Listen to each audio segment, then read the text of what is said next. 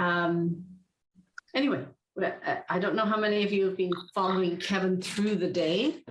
This is Kevin's third session, but I'm happy to have him here.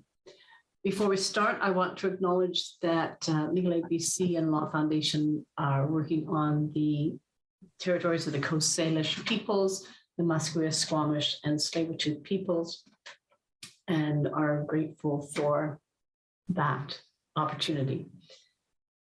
So this session is about navigating benefits during the pandemic. Basically, it's all part of the package today of bringing you up to speed with where we are with the benefits and COVID and what's happening. I know you guys know a lot about it. Last session, we had a lot of questions and comments that were useful. This is slightly different, but we'll just go from here and maybe integrate other issues that have come up. I'll hand it over to you, Kevin. Great, thanks, Liz. Sorry, one more thing, just to let people know that we are recording the sessions. And I guess, Kevin, you want to do the same format as before. If there's questions, people can put them in the chat, put up their hands, or if there's an opportune break, just ask. Oh, yeah, totally. Whatever you think's best. And sometimes I'm not following the chat. So if people are posting comments or questions, interrupt me for sure. Okay. And are you doing breakout? Are you doing fact patterns here or no? There's some fact patterns. I don't know that the breakout group went that well. So maybe we'll just have one big happy family posting into the chat, or people can put their hand up and unmute, and that should be fine. Okay. Good. Thanks. Over to you. Great. Well, yeah, we were talking before. We've made a couple of mistakes here. First, you're seeing me for the third time today, and some of you anyways, and you must be so bored of my voice. Secondly, we should have had someone else. So there's one other voice. I was joking I was going to bring my daughter who's homesick just to read some slides. So there would be an actual different voice talking to you to jazz it up a bit.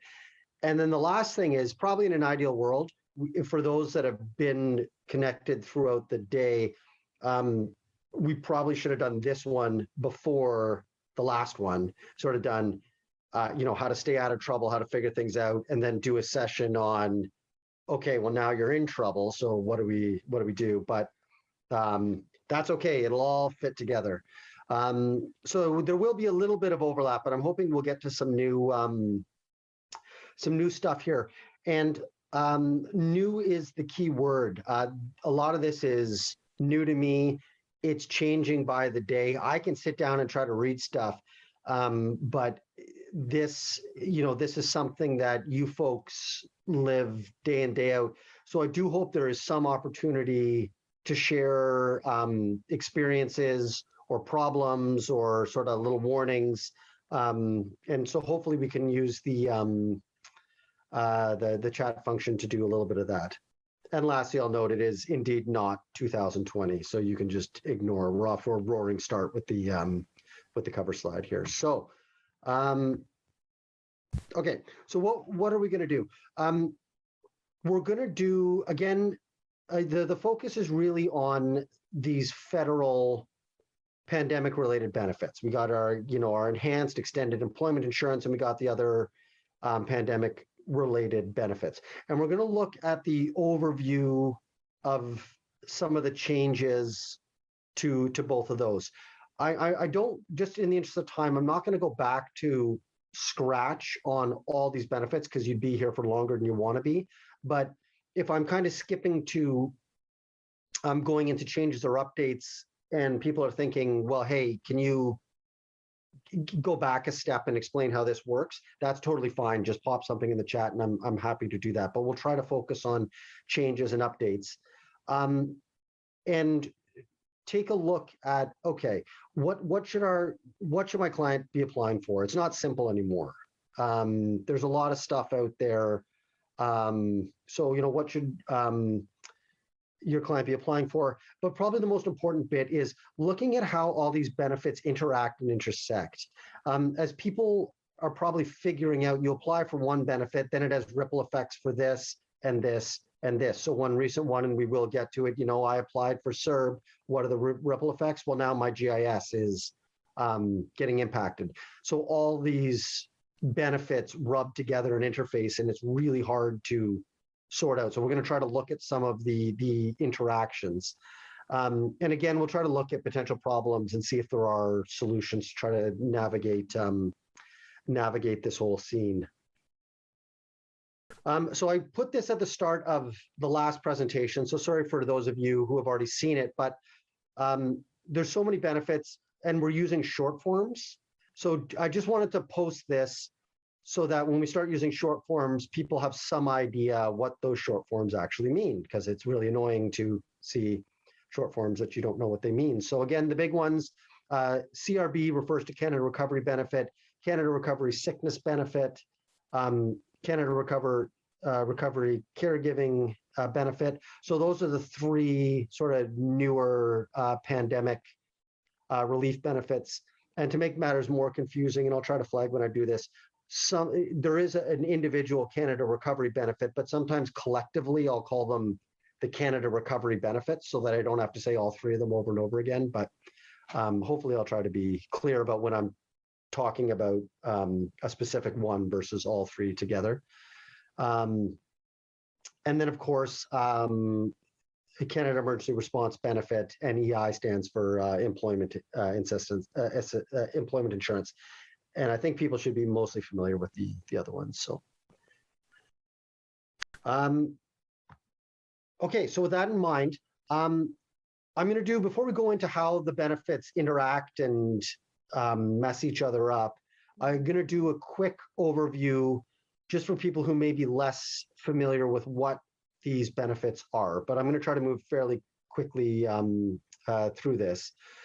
So employment insurance, so this is a mandatory scheme, right? People are, most employments are automatically covered. You don't opt in, you're just kind of covered. The two main categories, and there are many more than this, but for our purposes here, there are two main categories of EI benefits for those who are less familiar. Regular EI, that is, I lost my job for reasons beyond my control. I need help. I need short-term financial help. And then there's special EI benefits. And these are for people who haven't necessarily lost their job, but they may need time off for a specific reason. Perhaps they're pregnant.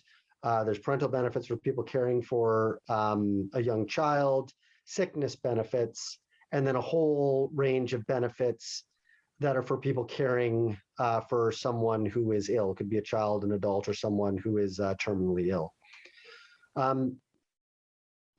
All of these are triggered by what's called an interruption of earnings. And for regular benefits, that means the person has to go 7 days, no work, no pay. For special benefits, it's a little more flexible. It's a reduction in average weekly earnings of 40%. And the interruption of earnings is important because it's your trigger, but it also triggers your time limit, which is usually 4 weeks from the interruption of earnings. And again, EI is weird. I won't go into it. Missing that 4-week time limit doesn't necessarily mean the claim is gone, but it could make it harder to qualify. So do try to apply within those 4 weeks.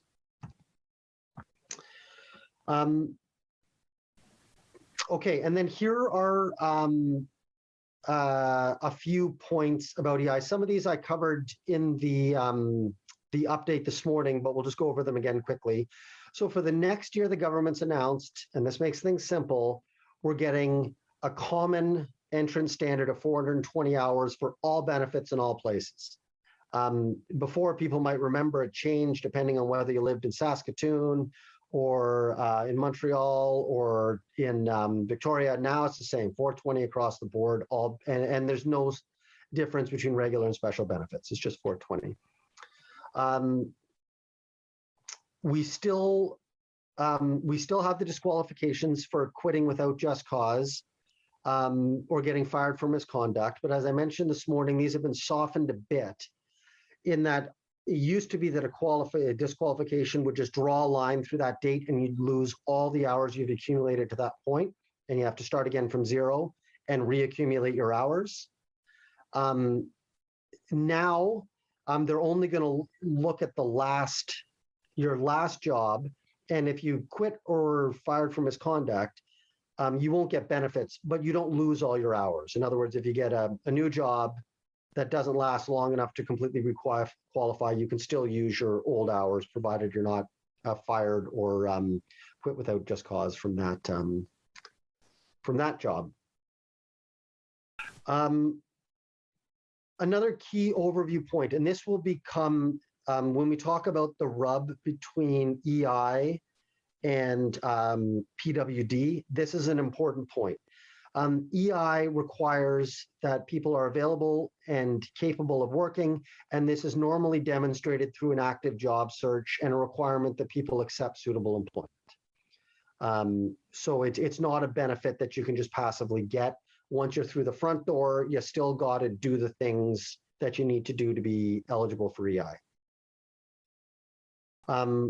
Another recent change, just to flag quick, for claims starting between September 26 and November 20, the minimum is now $300. You can get more from EI, but you're not going to get less.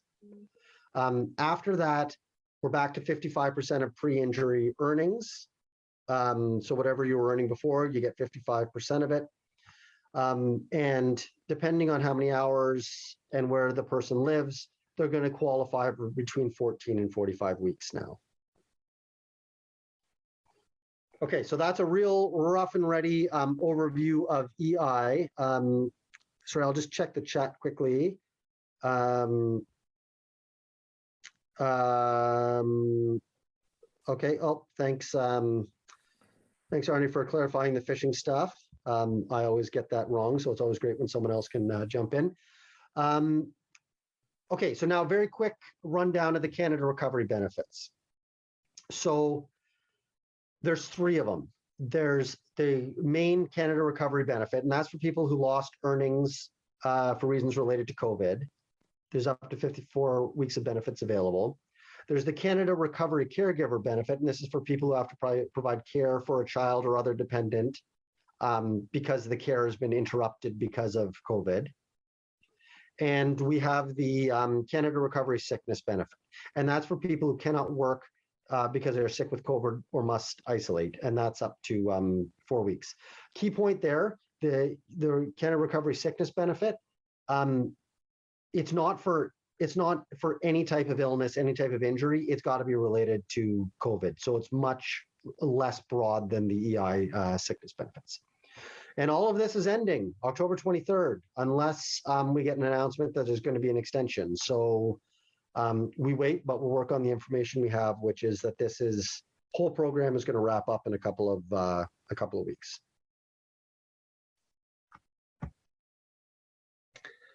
And the Canada Recovery benefits, whereas EI, you qualify based on hours, with the exception of phishing, as was noted. For the recovery benefits, you qualify based on earnings. And here's another another key change in case people hadn't had their coffee this morning or weren't able to attend this morning.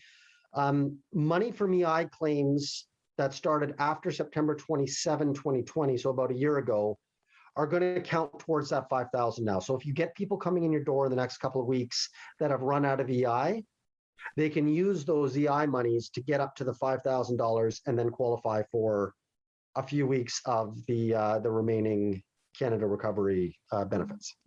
And pregnancy or parental benefits count even before this date. So the trigger, again, just comparing with EI, EI, you need generally no work, no pay, 7 days. Here, the trigger is 50% reduction in average weekly earnings. So you don't have to be completely out of work. It's a reduction. And this reflects the fact this is primarily targeting not employees. This is primarily targeting self-employed people. But when we moved from CERB to the Canada Recovery benefits, one of the key changes was that there was more onerous work obligations on people to access these benefits. So yes, you can be disqualified if you unreasonably quit a job. The test is a little different than EI, but probably for our purposes, we don't need to go into it. But also now people getting the Canada Recovery Benefit have an obligation to seek work and accept reasonable job offers. The rate is down to $300. The other two are still up at $500. And another key point for those that joined us in the morning session, you must apply within 60 days of the last day of the benefit you're appearing for, you're applying for, and that creates some problems. Okay, so that's a very quick, very rough and ready rundown of the federal benefits. If anybody wants a little more information, I can pause and go back through it. But the idea was just to set the stage a bit with just so we ensure that everybody sort of has a general idea of what we're talking about. So the first question that you'll often get in terms of choosing benefits is, okay, am I applying for EI or am I applying for the Canada Recovery Benefit? And that question is generally answered by, if you're eligible for EI, you got to go for EI. So EI is where you turn your mind first. If you're not eligible for EI, then we go to the recovery benefit. EI is generally for employees, people who work for someone else. The CRB is generally for self-employed people. That's not a perfect way to break it down because some self-employed people actually have a way of opting into EI, but let's just go with that. Keep things simple. We don't need to get too deep into the weeds here. So the way to think about it is, if you're eligible for EI, you got to go for EI, for the Canada Recovery Benefit. Now, where things get a little more murky in terms of choosing the right benefit is,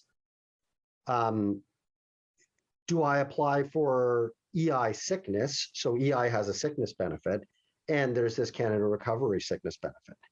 And there are differences between the two.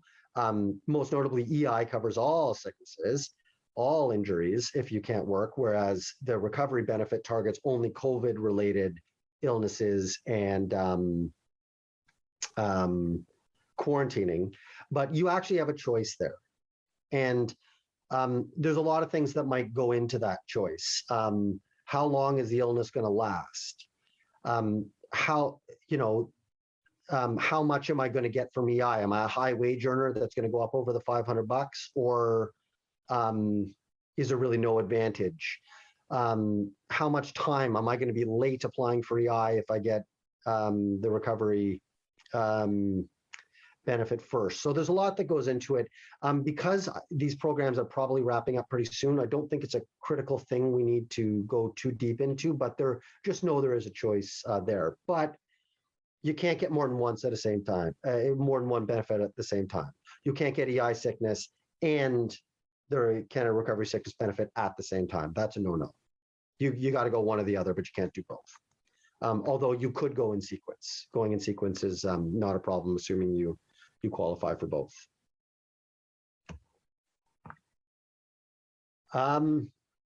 Okay, so now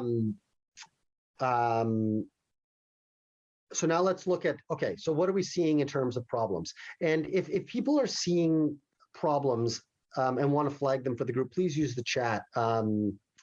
Please use the chat to do that and let us know. But one of the big problems is it's very hard, not undo. That should be O.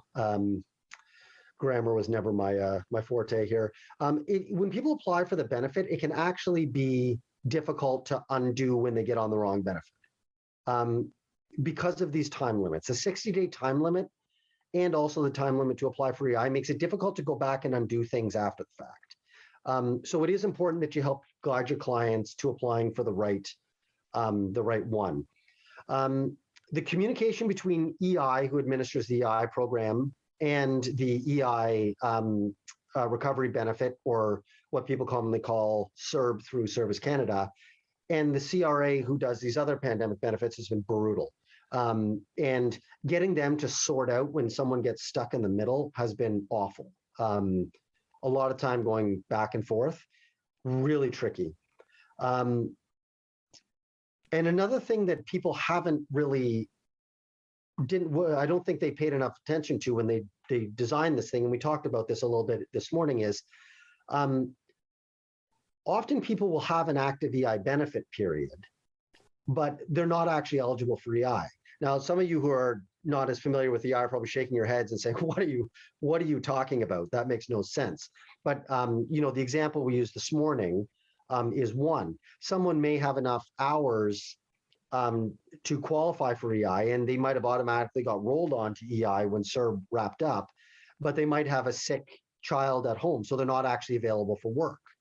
Or there's something else that they're not actually, they can't be available for work. They can't be doing the job search or the other requirements. And what that has created is a situation where the person can't get EI because they're saying you're not available. But then the person's saying, oh yeah, but sure, I can go get this Canada Recovery caregiver benefit. And they're saying, oh no, you can't do that because you've got an EI benefit period. And the person says, well, I didn't want that EI benefit period. You rolled me over automatically in October. And it goes back and forth and back and forth and back and forth. And it's been really hard to figure out. So, the main takeaway there, if I've completely lost you in EI jargon, is you can qualify for EI, get in the front door, and it opens up a window called your benefit period, which is 1 year. And that doesn't necessarily mean you're entitled to 1 year of benefits. You've just opened the window and you could be eligible for benefits. But there are reasons that even if you qualify, get in the front door, like not being available for work, that you can be in the front door but not actually get benefits. And that has created a whole host of problems for people. So I flagged these so that, in these last remaining days, you can still help hopefully guide people to the correct benefit when they come in with questions about that. And I'll just check the chat before we type. No, looking good. Okay, so we're just going to do a little brainstorming exercise involving Angie. So Angie is a carpenter. Angie's been working a contract that ended in early September. Now she's having trouble finding work and is worried about paying the bills. So Angie's coming to you to help guide, okay, what options are out there for me? So without jumping to an answer, the first thing, what types of questions would you want to be asking Angie to try to guide her in terms of what direction she should be going? So if you can just use the chat, and if you have any ideas, drop them in. Yep. Self-employed, or are you an employee, or are you self-employed? Yeah, absolutely. How much did you earn? And for okay, so for bonus points, oh, you're so fast, I can't keep up with all these. Okay, so for bonus points, what type of questions to make? Maybe Angie's not sure, and this happens for a lot of some jobs where it's tough to tell. Am I working for someone else? Am I working for myself? What types of questions might you ask to sort of help try to make that assessment? Yeah, taxes, T4s. Do you set your own schedule? Tax, yeah. Do you get pay stubs, tax deducted? Yeah, at source. Yeah, and then the big one, of course, is EI. Was EI deducted from your paychecks? Do you make your own decisions? Yep. Who controls tools? They look at a whole range of factors. We don't need to go into, the ins and outs. Like risk of who's bearing the risk. Like, is this where you get paid a set amount and you either make a profit or you lose your shirt depending on how things come out, or you paid a set wage? One thing to note. Yeah, you do want to check the contract. Michelle notes the contract because what the parties say is important, but it's not the end of the story. Employers will try to do all kinds of sneaky things to say, you're a contractor, we're not responsible for you. And that's not necessarily the end of the story, but it's a good thing to look at. And I would note that fixed term contracts are absolutely covered by EI. No, oh, my work computer has decided to do a virus scan. Let me just, Oh, no. not helpful. All right. Kevin, there was a question in there that wasn't a question for the client, but for you, and that was, what is actually trouble finding work? Is that a 50% reduction? Is there some kind of definition? Yeah, and that's great, and that's going to be, you know, that's going to be important when you're assessing EI versus the Canada Recovery Benefit, right? Because for EI, having trouble finding work means for regular benefits, no work, no pay for 7 days. That's the threshold. For the Canada Recovery Benefit, it's not that. It's a 50% reduction in your average weekly earnings. So the answer is going to be different depending on which benefit she's got to try to qualify for.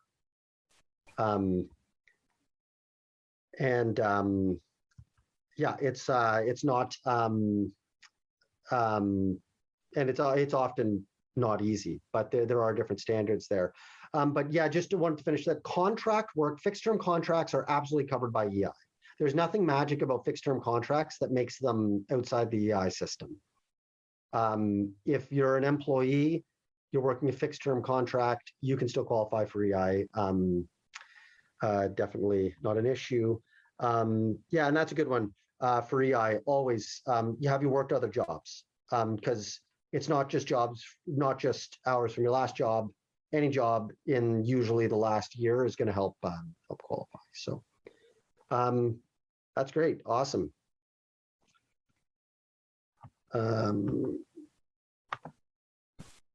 Sorry, now I'm just going to try to figure out how to, there we go.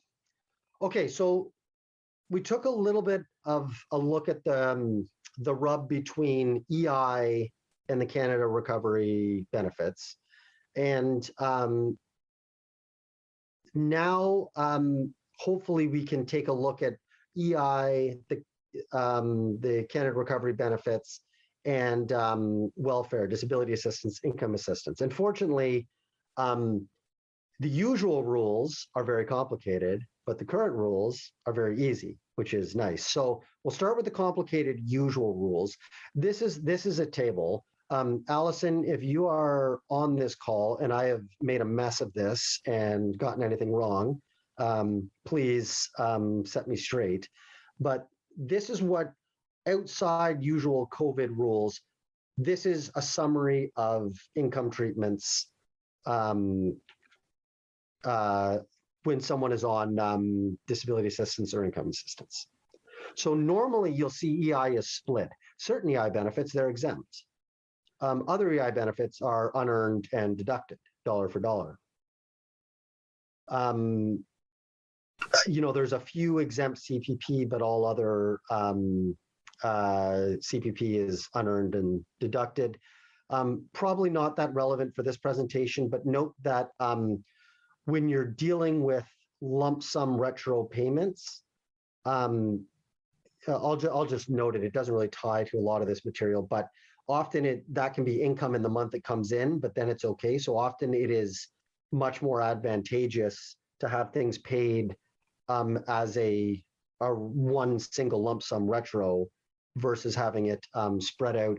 And in the case of CPP, again, beyond what we're talking about today, but proactively applying for things like CPP disability before you have to assign that money over to the ministry is really helpful, because if you don't have to assign it over to the ministry, when that lump sum comes in, it's income in the month you get it, but not afterwards. But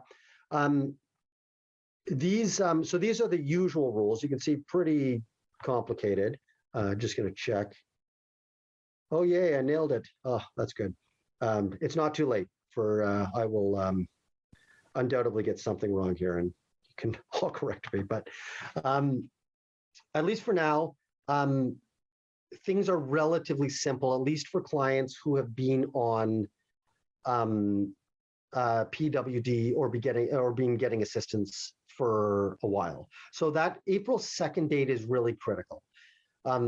If your client was getting assistance or had a PWD designation before that date, then basically all these, all EI benefits, the Canada Recovery benefits, CERB is gone now, but before it's CERB, all of it's exempt, meaning they can collect it without impacting their assistance rates.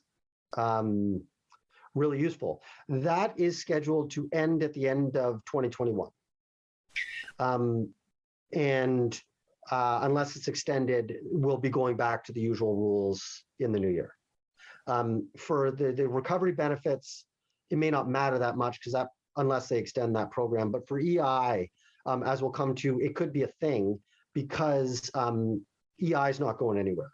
And indeed, as we'll come to, because EI is a little easier to access now, a lot of people who are making use of that earnings exemption as with the PWD designation, you can actually work and quite easily earn enough to get onto EI with the annualized earning exemption. So we'll come to that, but do keep that in mind. Okay, so we're going to come to the next rub or interface or crash, whatever you want to call it.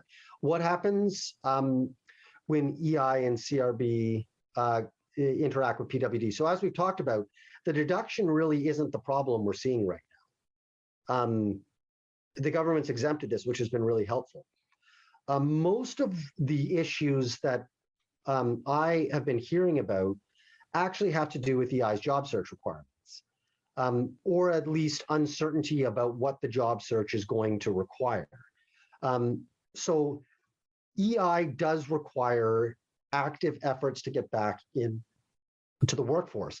And looking at some of the decisions that get made, although the words full-time don't appear anywhere in the legislation, that's often a standard that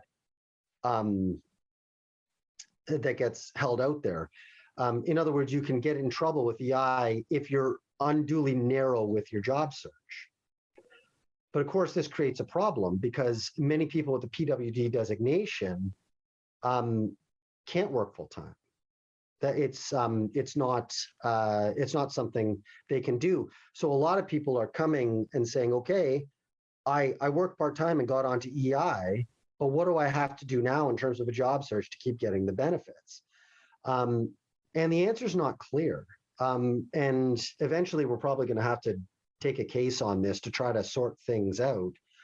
But I think the key advice to your client is, I mean, we don't want anybody doing something that's unsafe or they can't do, but you probably want your client to be casting the net as wide as they feel comfortable and are able. Because limiting your job search or not being able to demonstrate one could lead to problems for EI because it's not exactly clear at all that because you qualified with part-time work, you can then limit your job search to part-time work. And the flip, of course, is that EI has sickness benefits, which is for people who cannot work because of injury, illness, or quarantine. But that doesn't really describe a lot of people with disabilities. Many people are very able to do some work. It's just not full time. It's just not, it just has to be modified. So we're kind of seeing people stuck in between the two EI benefits where EI kind of views it as you're totally able to work and you're out there trying to get a job, or you're sick or injured and you can't work at all. But the gray is where a lot of the people with disabilities land. And we're having a little bit of trouble sorting out. So to the best of my knowledge, as long as people are saying they're available, I haven't heard of too many people getting double checked, but who knows, that may come. And again, if anybody has any insights on that they want to share in the chat, definitely please do. My chat has disappeared, which is not good, but let me know if anybody, if there's any. There's nothing in the chat right now, Kevin. Perfect. It's all so clear. It's all so easy or so boring that people have tuned out. So, okay, to break up my voice, let's take a look at another fact pattern here. So again, We're just looking here for questions that you may want to ask or information you may want to just try to assess this. You can use the chat, or again, if you'd rather just speak, raise your hand, and I think we can unmute people and let them weigh in. So Ronaldo's been on disability assistance consistently for about 5 years. He worked part-time at a grocery store to supplement his benefits. He was laid off last week. He has never dealt with EI before, but he hears that it's now easier for people to get. What questions would you ask Ronaldo to help him decide if he should apply for EI? Yep. How many hours have you worked? Always a key question. The reason, always with EI, you got to look for the reason for the layoff. Do we have 420 hours? That's the standard he's got to get to now.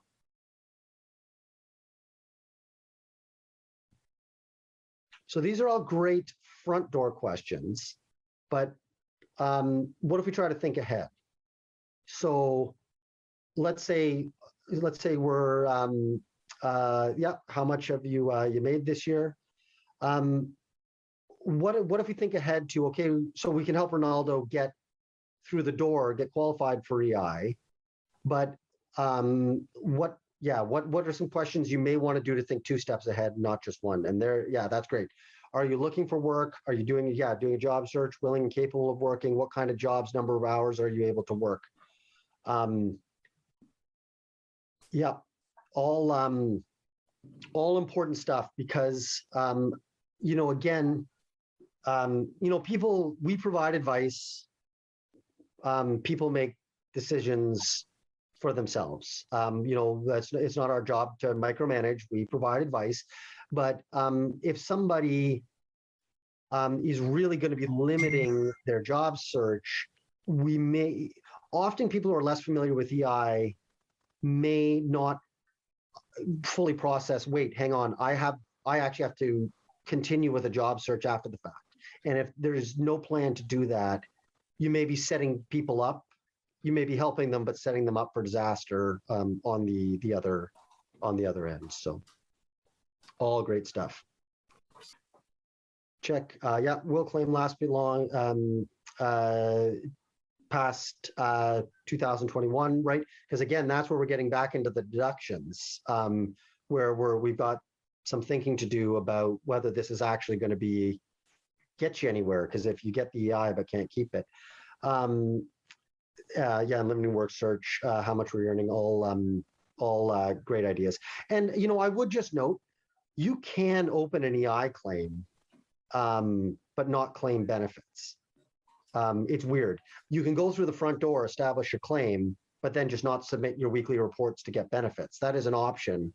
But as we'll come to, just having an EI claim open can create some problems with in terms of requirement to pursue income and with the other recovery benefits. So that's great. Okay, so let's say we ask all these fabulous questions, and here's what Ronaldo tells you. He worked about 10 hours a week for the last few years. He said the store couldn't give him more hours, but he doesn't feel physically able to do more. He says he would like to work part-time again as long as it's a good fit and he can limit his hours. What would you tell Ronaldo about applying for EI? And let's assume it was a straight layoff. There's no reason to suspect just cause, no reason to suspect misconduct.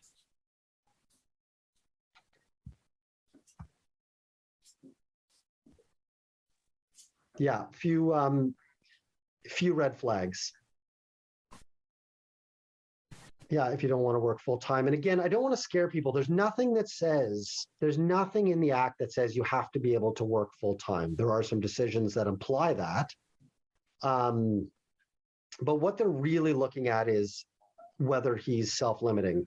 And this has, I did this on purpose, so there's no real good answer. There's some risk. There's some risk, and it's really hard to say, but you might want to explore with him if he's willing to at least cast the net wide. Strangely, the punishment for turning down a job that they think is suitable is sometimes worse than not looking for one in the first place. So, and a lot of people have talking about like, what kind of work were you doing before? Are there other jobs? And these are all good questions because generally the way job search works are at the start of an EI claim, they let you be a little more picky than at the end. So, if he's been working as, a clerk in a grocery store, he may be able to start out looking for jobs that are kind of in that ballpark, not having to go too much outside of that. But as an EI claim goes along, they generally make you cast your net a little wide and look at a larger range of jobs. So that's all important stuff. Can you get a doctor's note to support not being able to work full time? Yeah, sickness benefits are there, right? If this is a case where there's been a change in his health and he actually can't work at all, those 16 weeks of sickness benefits are there. And so, coming back to asking about the reason for why he's not working anymore, if the answer had been, well, I can't do it, I'm not well enough to do it, I'm sick, or I'm not able, then you might look at sickness benefits. Bert asked, would WCB be beneficial? So WCB would be limited to situations where there's an injury arising out of and in the course of the employment. So if something happened at work and Ronaldo became injured, sure, WCB is an option. But but WCB is not a general disability plan. And so you would have to show that there was a connection between an injury or an illness and work. Otherwise, WCB isn't going to be too big a help for Ronaldo here. All right, great stuff. So, sorry, I'm just gonna, got too many boxes covering up the words. Okay, so EI, so let's flip now. So we've talked about, okay, the EI and the other federal pandemic benefits, how they sort of interact. We've talked about how EI and the Canada Recovery benefits are going to interact with disability assistance, income assistance. Okay, so now let's turn and look at, okay, for people getting CPP, what are the implications here? So just for people's information, CPP retirement is not deducted from EI if the qualifying hours for EI were accumulated after the pension started. It's a weird rule. I wouldn't worry too much about it. It's pretty rare that one comes up. But so it used to be that you couldn't get EI while you got CPP retirement. But then a lot of older adults quite rightly flagged like, well, I'm working and I'm paying my darn EI premiums, but now I can't get anything. So they came up with this strange rule that, okay, as long as you accumulate the hours after your pension starts, you're good to go. CPP-D is not deducted from EI or the Canada Recovery Benefit or vice versa. And this, just to say, although CPP-D is generally for people who are incapable regularly of pursuing substantially gainful employment, that's a legalistic way to say competitively unemployable, may be able to do a little bit of work, but not going to be able to sustain myself through work. But you can still have some capacity to do some work and remain eligible for CPP-D. So again, there could be some people on CPP-D who are doing enough work on the side now that those hours have come down everywhere to possibly qualify for EI. But as with all things, there are problems. So, okay, so what's the problem? Again, it comes back to this job search requirement for EI. And the tests to be available for EI or the Canada Recovery Benefit and the test for CPP disability do conflict. If there is some room in between, it's not a large amount of room. EI requires that you say every 2 weeks, I am capable of working and I am out there doing a job search. And if offered a job, I am back to work. That's what EI requires of you. CPPD, on the other hand, requires that you be incapable of regularly pursuing substantially gainful employment. So you can see the conflict here, right? That even if you can qualify for EI, it's hard to meet the tests simultaneously. So there is some risk. It's not impossible, but there really is a little bit of risk reporting to one agency, I'm capable of working and I'm out there doing a job search, and then reporting to the other agency, I'm incapable of regularly pursuing substantially gainful employment. You can see how there's a clash there. CPPD, there's probably others on this call who know way more about CPPD than me, and please chime in if there's any experience to share from the group. But you do have, after about $5,000, I think you have to report to CPPD, and they could review the claim to see if you still meet the test. And then after, I think it's about $18,000, you're in real trouble. That's where they start to say, no, this is substantially gainful employment. So, so again, although the deductions aren't really an issue, there are other issues in terms of meeting both tests at once.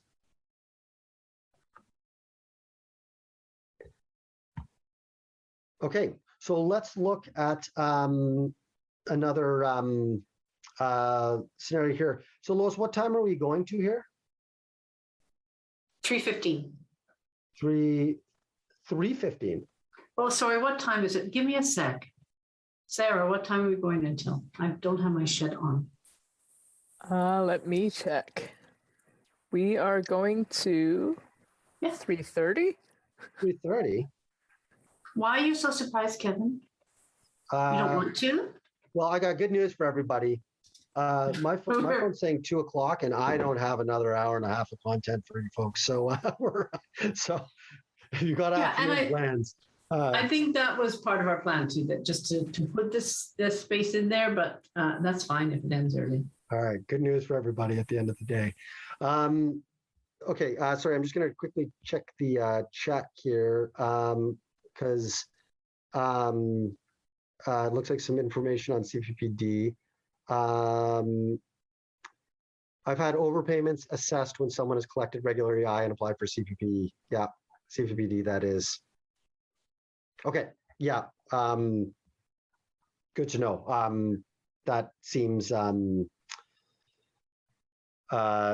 like it could be the thing. And the same, and before we go into this, too far into this, I did that slide from the perspective of EI, but remember that one of the key differences between the old CERB and the new Canada Recovery Benefit is the Canada Recovery Benefit does have requirements to look for work and to not unreasonably turn down jobs.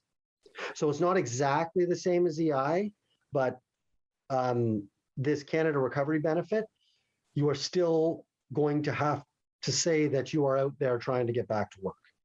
Whether that for you, that's self-employment or employment, but the same concerns would apply. Okay, so let's take a look at Patricia here. So Patricia has been on CPPD for about 5 years following a very serious car crash. She supplemented her income walking a dog once a day for an acquaintance. Recently, the dog owner canceled the dog walking arrangement. Patricia is wondering if she's eligible for any pandemic benefits.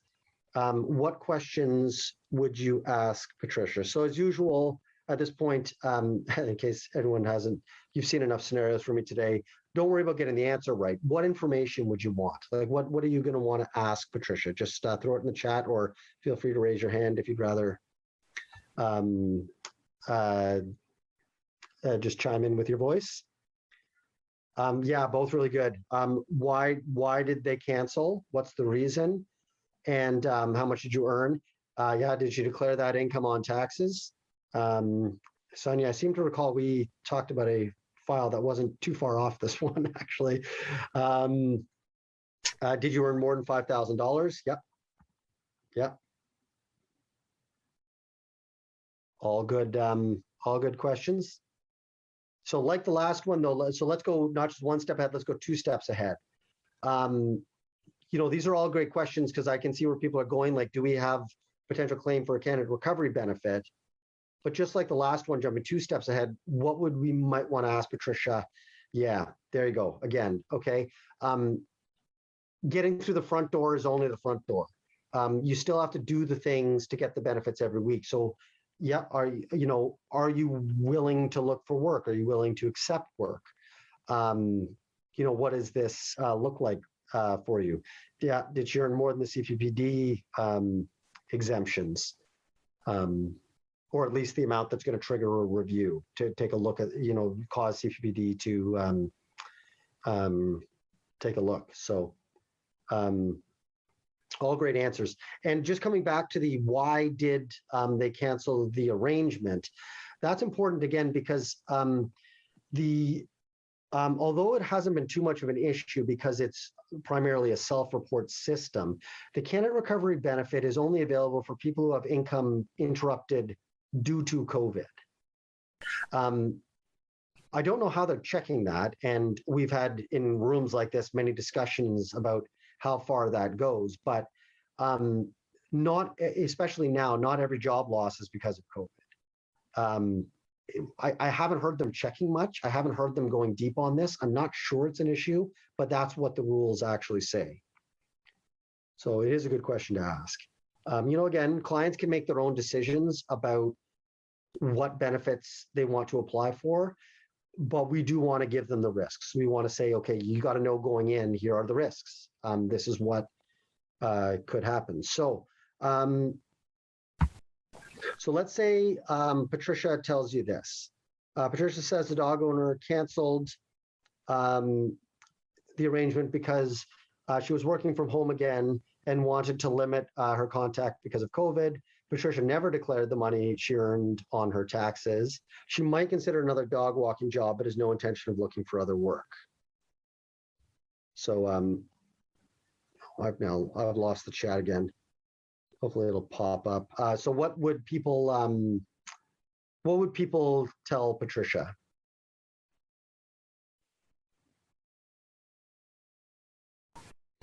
Don't apply. Yeah, this may not be, this is one that looks on, this is why a lot of people have gotten in trouble. It sort of seems like a great idea on the surface, but when you dig down a little deeper, maybe not. Good advice, you need to be looking for work. Yeah,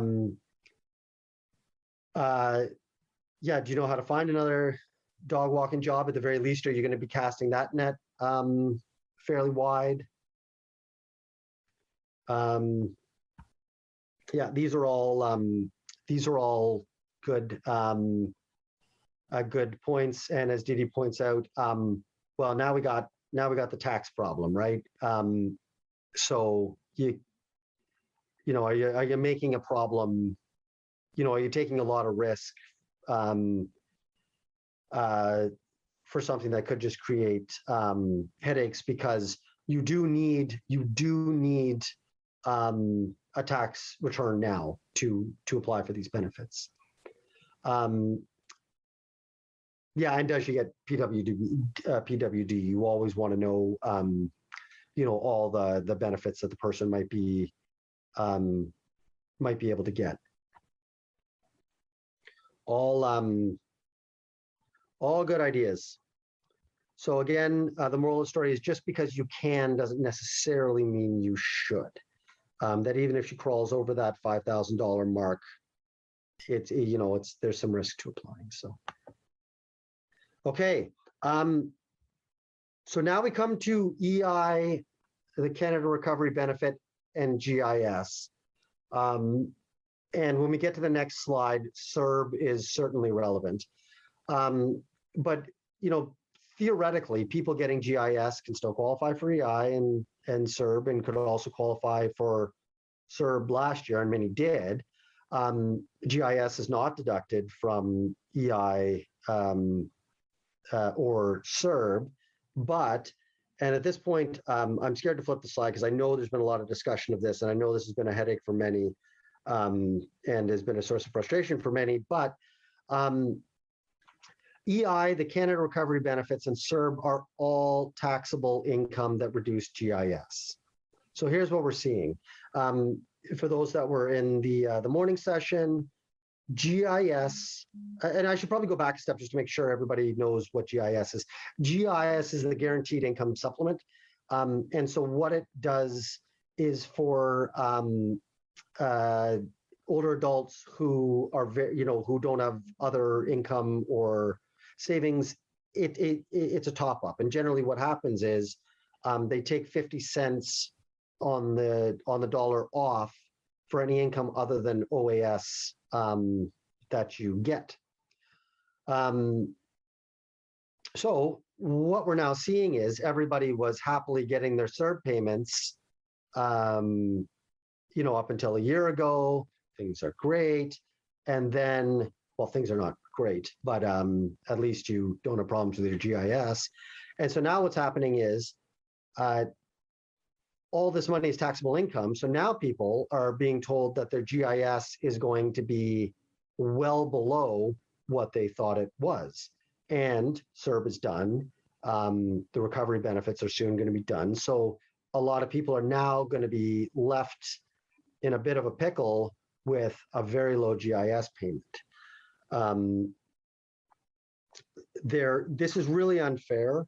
In my humble opinion. I know others have engaged on some advocacy on this point.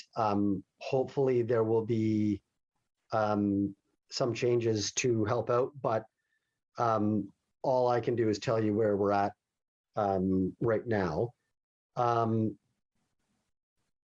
Okay, I'm going to hold just a couple of these. Some of the stuff that is coming in is really relevant to the next slide. So Noelle, I'm just going to hold that thought for 1 sec. So solutions, and then I'll let people tell me if they are solutions or if they're more problems. And this is maybe where we can use this, where there aren't good answers. Sometimes we can maybe just use the space to share information if people have been through this. One possible solution is that GIS, you can sometimes apply to have your GIS calculated using an estimate of the current year's income as opposed to the prior year's income. So in other words, you apply to say, hey, okay, you're calculating my benefit now here in July going forward based on what I was earning last year. But what I was earning last year bears no resemblance to what I'm getting this year. And so I want you to do it based on what I am earning now. There's a form for this. From what I understand, this magic form is not available publicly unless someone has finally found it. But that you actually have to call in and get them to send you this form, form 3041. And other people have been posting on PubNet, and I think, Noelle, you were alluding to this, that it seems that we can use this process to get the GIS back if people got their CERB through Service Canada, the EI emergency response benefit, but perhaps not if they got it through CRA. I've heard that what you've posted, Noelle. I've heard that from several people. I do not know why on earth that would be, but I guess it is what it is. So, so again, in terms of what do you actually do in practice when people come into your office, you get an older adult who's coming in saying GIS has been seriously reduced. Turn your mind to trying to get it adjusted based on their current income. But one key piece of information it appears you're going to need is who gave you your CERB? Was it Service Canada through EI, or was it the true CERB through CRA? And that's going to be a critical question you need to ask. So if anybody else has any more information on this or anything else to add, or has found anything that has worked or any workarounds, please raise your hand or post it in the chat, because I know this has been a real problem for a lot of people.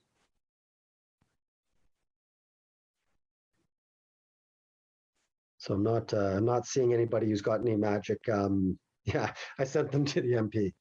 Good call. This is one where we're going to need reform.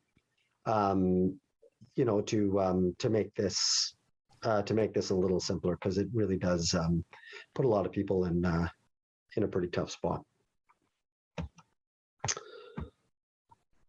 So we'll do one more.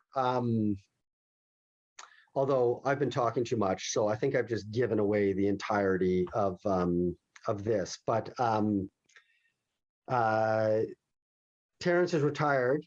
In 2020, he collected CERB. Now his GIS has been substantially reduced, and he's worried how he will get by. Again, although I've given away all the answers with my big mouth, what questions would you ask Terrence? Yeah, absolutely. Where did your CERB come in? That's a key one. But if you're on top of that, if you're going to look at redoing GIS based on current income, you might need a little more. So what other questions might you want to know before you start making this application? Because I think having information going in is helpful. Yeah, there it is. Does he have other income, right? This is, yeah, that's it. It's not just, there's nothing magic about CERB. CERB is a problem because it's taxable income, but other taxable income is equally a problem. So if you're going to make this call to try to sort this out, he's going to have to be prepared to talk about all his income, because it's not just CERB, it's all of it. So yeah, you're going to want to, before you start making these calls, get a sense of what other income or pensions he receives. Was he on PWD before he switched to OAS or GIS? And would that be to ask about PWD, because that could be another option in terms of a top up that a decrease in GIS might result in a higher payment from the ministry? Is that do I have that right? You can just unmute. Yeah, I've had this happen to 2 clients, and they were previously receiving PWD, and we just put them back on PWD. Yep. It was the quickest and easiest way to deal with it. Yeah. Okay, good solution. Thanks for raising that. For a lot of these, that's great. You focus on, the problem that's right in front of your nose, but sometimes there's solutions out to either side. And so that's great. Some other Sonia notes, some other income can be exempted. Okay. That's good to know. So Sonia, is there a good, do you know of a good place where people can go to find sort of what's exempted and what's not exempted? Is that pretty available on the internet, or do you have to do some digging? Not sure. Yeah. Okay.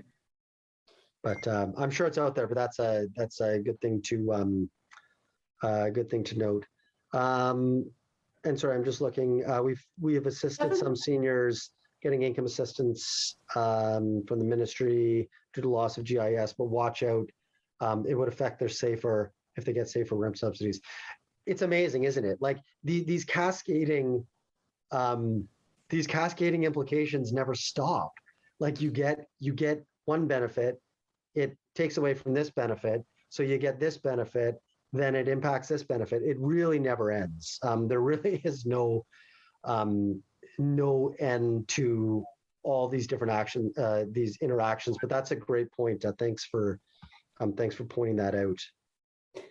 Kevin, did you see that earlier comment from Becky about federal government calculating based on 3041, which I don't know what that is, and seniors getting their GIS back. Did you already answer that?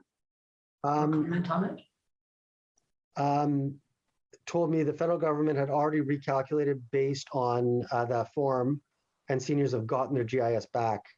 I'm incredulous. Has anyone had success getting GIS back through this process? So sorry, Becky, that's interesting. So are they telling you that they're automatically doing it? Again, Becky, you can unmute if you want. It's easier. Okay. People are probably No, happy to hear voices that aren't mine. I'm assisting a senior who lost his GIS through receipt of CERB. Long story, but just to cut to the chase, the ministry from whom he is now getting some assistance is making him submit the 3041. Okay, fair enough. But she said, and some seniors are already getting their GIS back. And I was just incredulous because initially we were told it would take at least 5 months, and we're sort of 2 months into this disaster. So I remain incredulous unless one of my other co-listeners here has had a different experience. Interesting. Yeah, it doesn't. I'm seeing some comments that what the ministry is saying is not lining up with what people are seeing on the ground. So yeah, I've just noted anecdotally that a lot of people have said they're not getting the GIS back. So that's yeah, that would be you know, if the ministry is misguided on what they expect people to do, that's not helpful at all. But and so Becky, just to ensure I've got you here, did you say that the ministry is actually forcing people, sort of as a quote obligation to pursue income, to submit the 3041? Yes, in this particular case I'm working on, they are requiring him to submit the 3041. And anyway, you know, the client wants some money, so we're gonna knuckle under. But more than that, I just was, the ministry worker told me that some seniors are already getting it adjusted. And like I said, I just didn't believe it. Yeah. Well, it sounds like a classic case because Dee Dee has just said that Dee Dee got information that the source of CERB won't matter for filling out the form 3041. So it sounds like the advice is all over the map here, which is not unexpected, but really cries out for somebody to do something to deal with this situation. So we have a little bit of time, and I don't actually think I have any more. Oh, I did. I had more on Terrence. This discussion is far more interesting. So don't forget Noel's too. Oh, sorry. Here. All right. About people receiving. Sorry, I'm trying to bring the chat back up. My chat. Sorry, I'll tell you. I called Service Canada. Those receiving CERB from Revenue Canada are being treated differently than those who got it from Service Canada because there's different rules. Yeah. Yeah. And that's sort of anecdotally what I've been hearing, although I don't know why. I don't know if anybody knows why that would be. Presumably it's tied to the fact that if you're getting CERB through Service Canada, it's actually an employment insurance benefit. And that might be the trigger that lets them do something that they can't do for non-employment insurance benefits. But even there, I'm not entirely sure why that should matter. But if anybody knows why they're telling people this, that would be certainly very helpful. They won't share info with each other. Yeah, they definitely don't share information of any kind, even when you want them to. So maybe that's it's just another offshoot of that problem people are encountering, where they're stuck in the middle of EI and the recovery benefits, and they're entitled for something. They should be paid something, but they can't get a straight answer on which. So this seems to be another big problem of information sharing. But I don't know why, with consent from the client, there wouldn't be a way to get the information over to the right people and get it adjusted. So yeah, truly it baffles me. So this is one. Oh, Allison's got her hand up. So hopefully Allison can answer all the questions.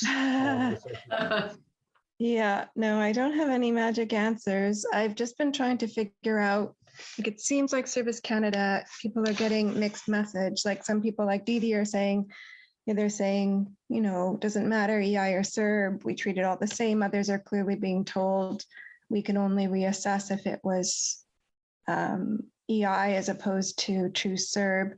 I think I've been trying to figure out, like, is there actually a legislative basis for that? And I don't have any kind of final answers, but I think it may be because, there is an earnings exemption for GIS, which I think is currently $5,000. And then, of course, your current GIS eligibility is based on so I think that the reassessment sections in the Old Age Security Act talk about reassessment where there's been a decrease in your income from employment. And I think some Service Canada people are looking at it and saying, okay, well, EI is employment income. But because all the CERB and Canada recovery benefits are so new, of course, there's no reference to them in the Old Age Security legislation, which means they are not considered to be employment income. Right. So is a change in your CERB income a change in your employment income that could lead to reassessment? The answer would be no. If it's not considered employment income, then no. So I don't know if that's the correct decision they're making. It's certainly very unfair, but I think that might be like where it stems from. Not whether or not it's taxable, but whether it's considered income from employment. And of course, because EI is pre-existing, I think somewhere in the legislation there is a reference to EI as employment income. Is that clear? It's clear as mud? Yeah, well, it would make sense. It has to be something tied to the employment insurance aspect, because that's the only thing that really matters in terms of who paid the CERB. So yeah, I think that probably is as good a guess as any. I think that it's the timing of the federal election was very unfortunate because, of course, this issue crystallized just sort of very shortly before we went into elections. So I think that the advice to continue raising the issue with your MPs is the correct advice. There's also been posts on, I think it's the PovNet Elder Law list or CPP list, where there was some information sharing about what's going on in Ontario, because of course this is a national issue affecting everybody across the country, and Ontario is better resourced in terms of sort of legal aid resources and so on. So there's an organization called CanAge that's been collecting names and contacts for seniors affected, and they're doing like a national lobbying campaign. And I think that same post talked about some work that the Ontario legal aid system has a clinic in Toronto that specializes on income assistance issues or income security issues. And I think the Income Security Advocacy Centre in Toronto has been doing some national lobbying work on it too. So I just really encourage everybody to make sure they find that thread. If you're not looking at both on PovNet, the welfare list is a provincial list, but both the Canada Pension Plan and Canada Pension Plan list is national. So it has folks on it from across the country. I think the seniors list, I'm not sure if the seniors list is national or not. So we should probably be using the CPP list for this type of discussion. because it's a huge, it's a huge mess of things interacting, as you say, Kevin. Yeah, no, that's great, and it is something we lose sight of with CPP, EI, some of these OAS, GIS. When they're national programs, one thing I've tried to do a little bit better is to reach out and build bridges with, our partner organizations across the country in Ontario and, the Prairies, Maritimes, Quebec. Get more voices sometimes push more rocks uphill. So so we shall see. So Anna, you've asked if there's been any successful cases getting GIS reinstated. I think there have been some where people have successfully gotten, and it's not even so much reinstated, it's more an issue of getting the GIS calculated based on current income as opposed to income from the previous year. But it's been really uneven, and it seems like people are getting vastly different stories.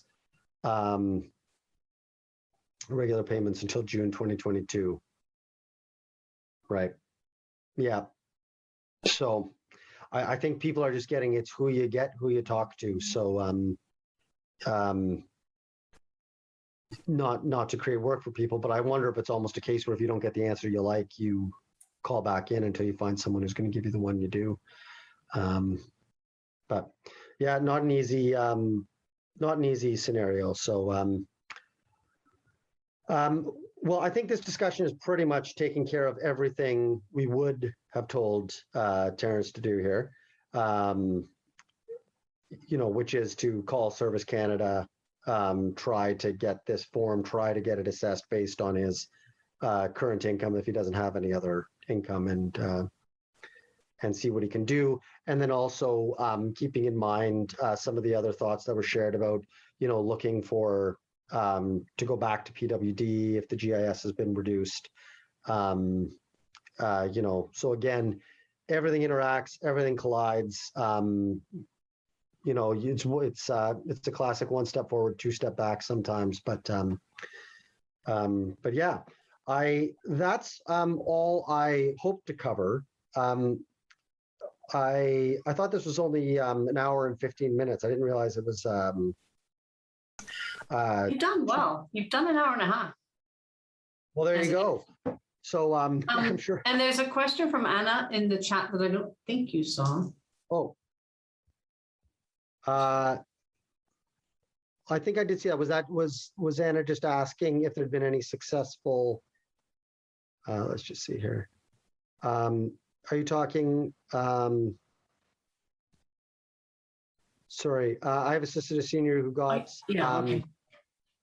reduced GIS cutoff. Has there been any successful case they can get the benefits reinstated? And again, I think that comes back to with GIS, it's not exactly a reinstatement. Again, it's just calculating what you're entitled to from GIS without including all this money from CERB, so that it doesn't appear like you have a higher income than you really do at the time. And I see Arnie's posted some helpful information there. Sonia, what about a person eligible for LTD, like private LTD? Yeah. I don't know. Like LTD, that's a tricky one. So I got to preface this by saying I have no idea. So everything I say, don't do anything based on it. But LTD is all, long-term disability is a private arrangement, although collective amongst a bunch of employees, but it's an insurance policy. So it's what the insurance policy says. Most LTD policies, for example, have provisions about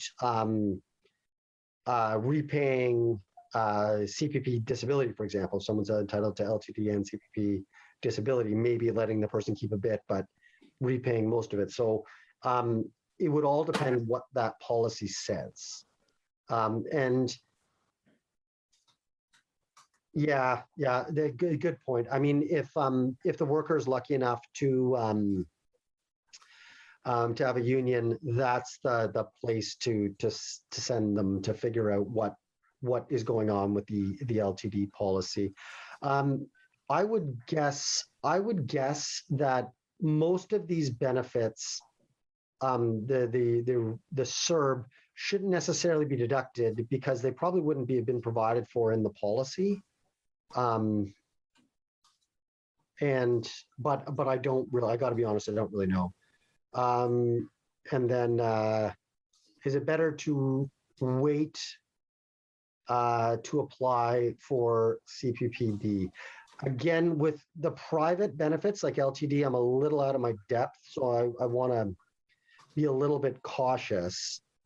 But I seem to recall that, and again, it could vary depending on the plan, right? There's usually some commonalities in LTD plans, but they're not all necessarily the same. Most of them have a requirement that you have to apply for CPPD, at least if you're triggering LTD, which is usually after about 2 years. So I'm not sure if there's a better or a worse. I think just most of the time you're required to apply for CPPD. And I don't know about the timing, but I seem to recall that a lot of LTD policies is sort of as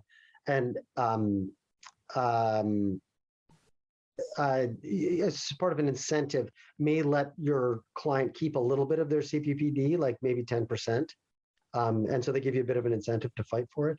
And so you're saying usually compelled at some point, but any benefit to apply early or a con to delay.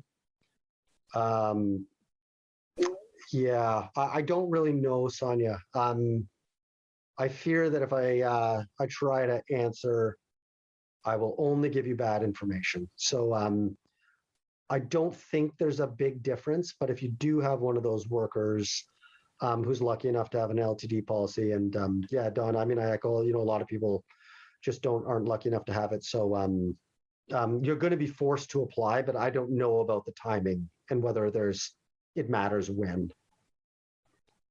So I don't know if Noel or anyone else, like you definitely are going to have to apply, but I don't know if Noel or anyone else has experienced a benefit to applying early versus late, or applying for one than the other. Like with CPP, disability, and PWD, there are clear implications to what you get on first, and it really does matter. I don't know if that still applies in the LTD world. Sorry, Sonia. I hate to duck the question.